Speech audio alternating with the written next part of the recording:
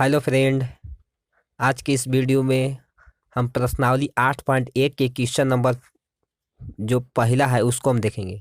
Question number पहला में है कि त्रिभुज एबीसी में जिसका कोण बी जो है समकोण है। त्रिभुज एबीसी है और उसका जो कोण बी है समकोण है, और ए बी जो भुजा है 24 सेंटीमीटर है और बी सी जो है वो 7 सेंटीमीटर है। ठीक, तो निम्नलिखित का मान ज्ञात करना है।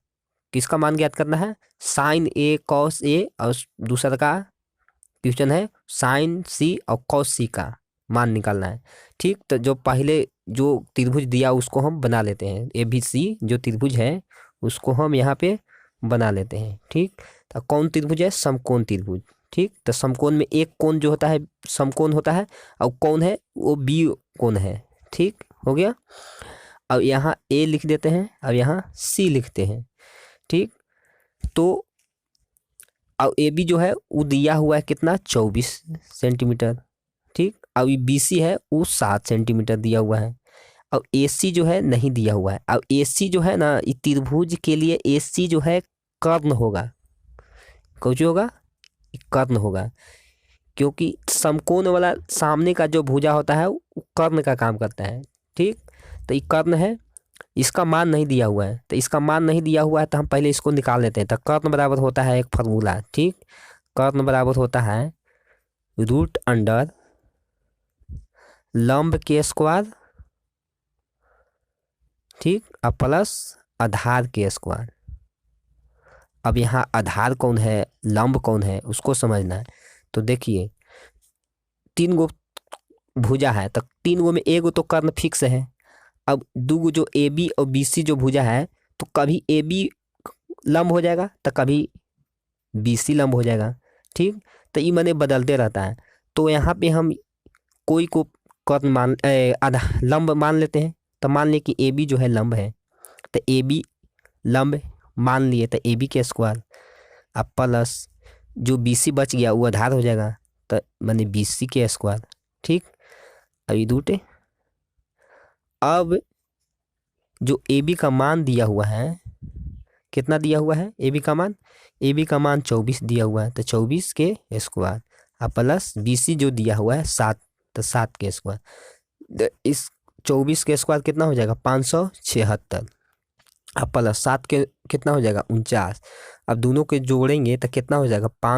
625 हो जाएगा। 625, तो 625 को जब निकालेंगे रूट से तो 25, यानी ए सी जो हुआ वो 25 सेंटीमीटर हो गया। ठीक, अब तीनों भुजा का मान निकल गया था। अब हमको निकालना है पहला में निकालना है, क्या निकालना है? पहला क्वेश्चन में निकालना है साइन ए का मान निकालना है, यानी ए कोण ए के लिए साइन का मान निकालना है। तो साइन बराबर हम जानते हैं कि होता है, कुछ होता है लंब, ऊपर लंब होता है और नीचे जो होता है कर्ण। ठीक, अब यहाँ समझना है कि लंब ए के लिए कौन होगा। अब इसके पहले हमने बताया तो कभी ए बी लंब हो जाएगा, कभी बी सी लंब हो जाएगा। तो देखिए कैसे होगा। कोण ए अगर हम लेते हैं तो कोण ए के लिए लंब जो होगा वो भुजा बी सी लंब हो जाएगा।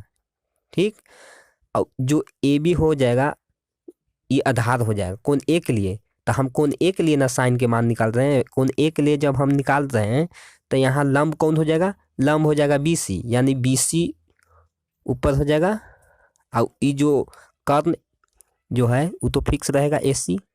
ठीक, ए सी लिख दिए। अब बी सी का जो मान दिया उसको लिख देना है 7, और नीचे ए सी का मान 25।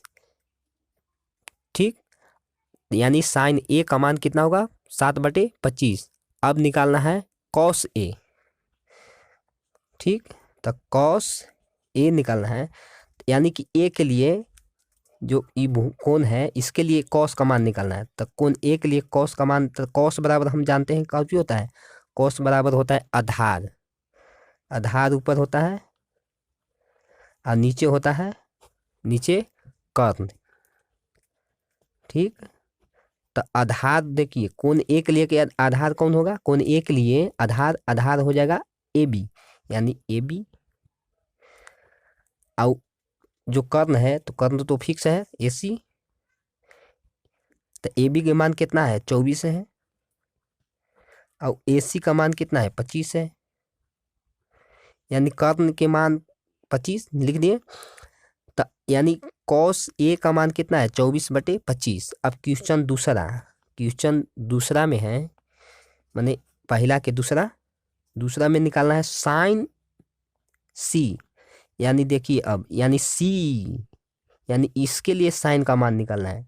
तो साइन बराबर जो फॉर्मूला होता है लंब बटे कर्ण, वो तो सब में फॉर्मूला एक ही होगा, फॉर्मूला तो वही होगा।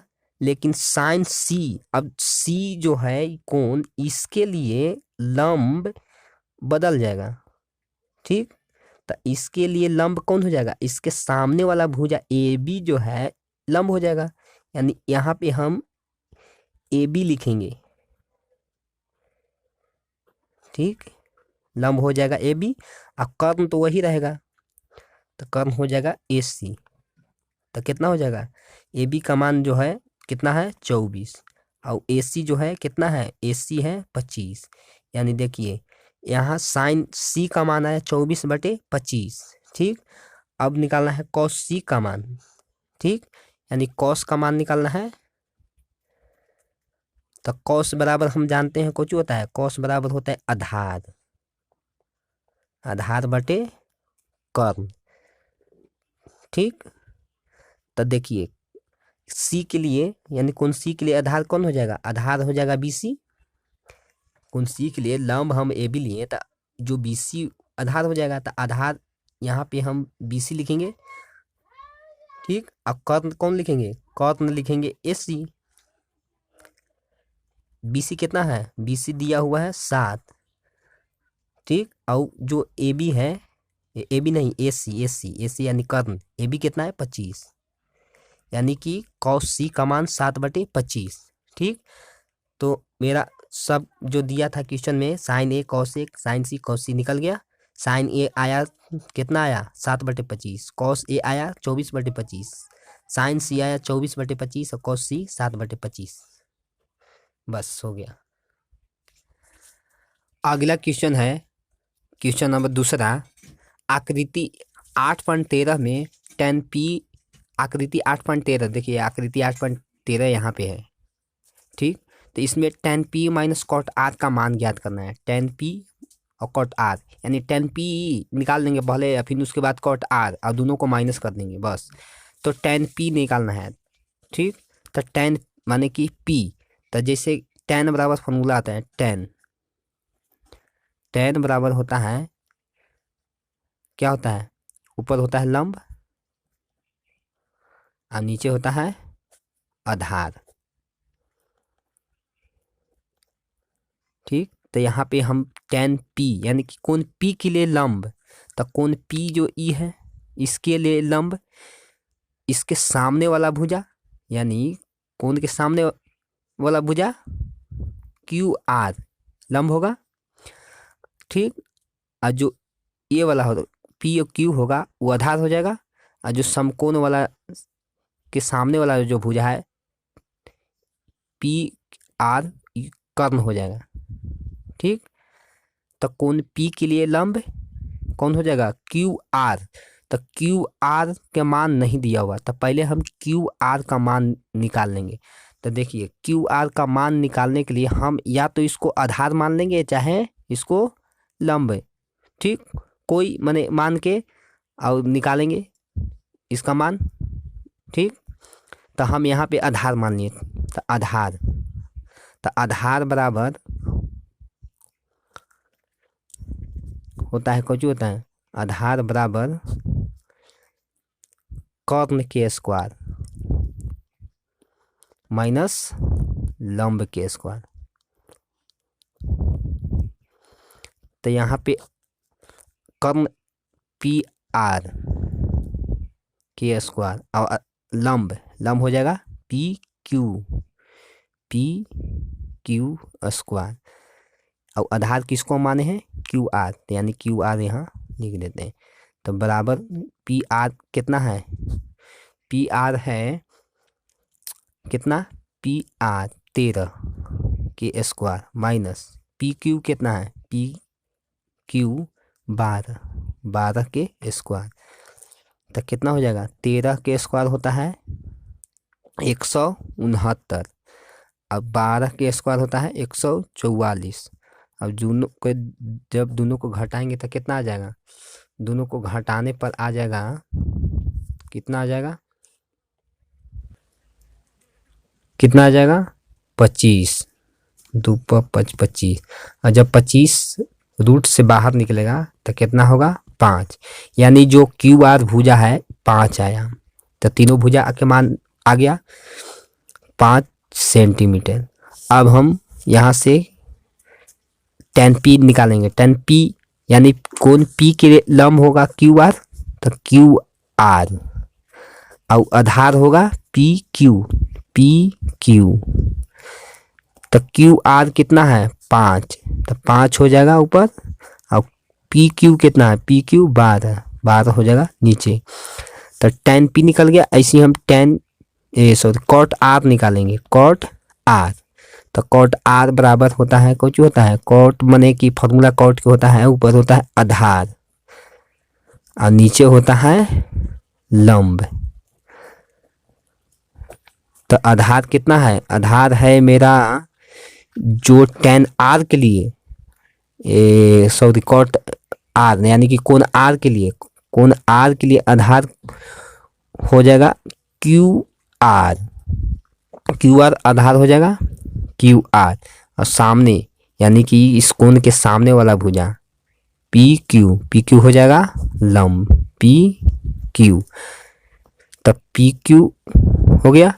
अब यहाँ क्यू आर के मान बैठा देना है 5, क्यू आर, अब पी क्यू का मान बैठा देना है 12, यानी कॉट आर 5/12, tan p 5/12। तो अब हम निकालेंगे tan p minus cot r. तो tan p के मान कितना है, tan p के 5/12, और कॉट आर के मान कितना आया 5/12।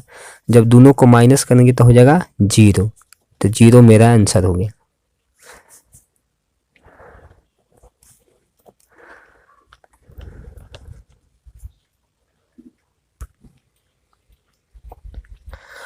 अगला क्वेश्चन तीसरा है, यदि साइन a बराबर 3/4 हो तो कॉस a और tan a का मान ज्ञात कीजिए। ठीक, यहाँ पे साइन a बराबर दिया हुआ है, सॉल्यूशन।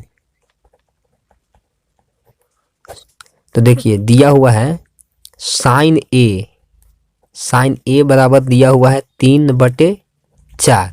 ठीक, इसी से निकालना है। तो 3 ऊपर है, नीचे 4 है। साइन वाला में ऊपर होता है लंब और नीचे होता है कर्ण, यानी कि लंब बराबर हो गया 3 और कर्ण कितना हो गया 4। तो हम यहाँ से आधार निकाल सकते हैं। आधार नहीं दिया हुआ है, उसको हम निकाल लेंगे। आधार बराबर हो जाएगा √अंडर कुछ हो जाएगा कर्ण के स्क्वायर और माइनस लंब के स्क्वायर। ठीक, तो यहाँ आधार कितना आ जाएगा, पहले कर्ण के स्क्वायर, तो कर्ण है 4 के स्क्वायर माइनस लंब के स्क्वायर, लंब कितना है 3 के स्क्वायर। तो 4 के स्क्वायर कितना हो जाएगा, 4 के स्क्वायर होगा 16 और 3 के स्क्वायर हो जाएगा 9। तो दोनों को जब घटाएंगे तो हो जाएगा कितना √7, यानी कि आधार बराबर 7 आ गया। ठीक, आधार आ गया, लंब देवे किया है, कर्ण देवे किया है। तो अब हम किसी को मान निकाल सकते हैं। तो हम cos a का मान निकाल लेंगे, cos a। तो cos a बराबर होता है, यानी कि cos में होता है ऊपर आधार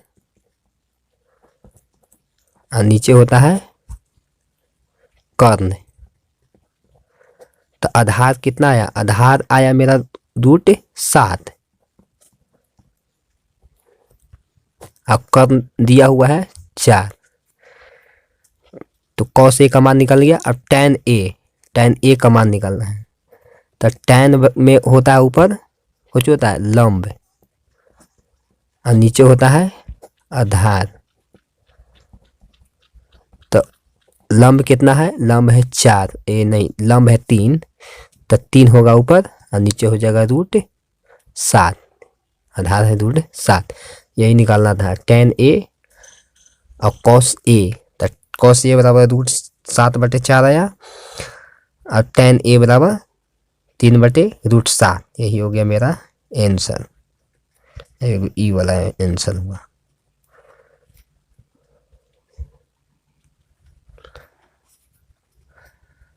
अगला क्वेश्चन है क्वेश्चन नंबर 4। यदि 15 cot A बराबर 8 हो तो sin A और sec A का मान ज्ञात कीजिए।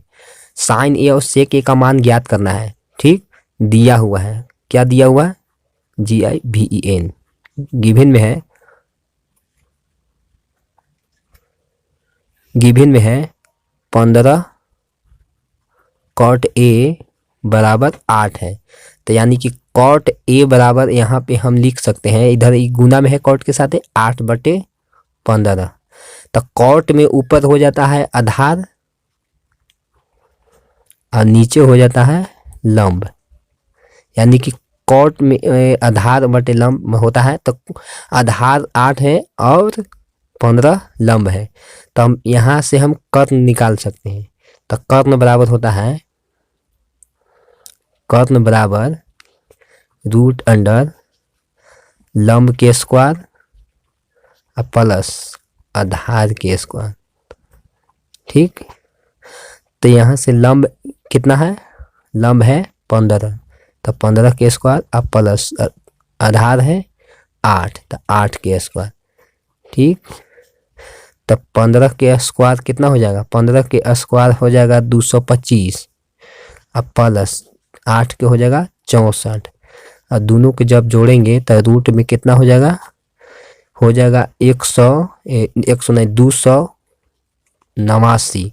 तो 289 जब रूट से निकलता है तो इस 17 होता है, इसका मान माने इस 17 का रूट 17 हो जाएगा, ठीक। जब 17 आ गया, कुछ आ गया, ये हो गया मेरा कर्ण। जब कर्ण आ गया, आधार देवी किया है, लंब देवी किया है, तो हम किसी का मान निकाल सकते हैं। तो निकालना है sin A का मान, तो sin A का मान निकालना है। तो sin बराबर ऊपर होता है, sin में ऊपर होता है लंब और नीचे होता है कर्ण। तो लंब कितना आया, लंब मतलब दिया हुआ था, तो लंब कितना है 15 और कर्ण 17, यानी sin A का मान 15/17 आंसर आया। एगो और निकलना है sec A, sec A। तो sec में फॉर्मूला होता है, sec में कुछ होता है ऊपर, ऊपर हो जाता है sec में, ऊपर हो जाएगा कर्ण हो जाएगा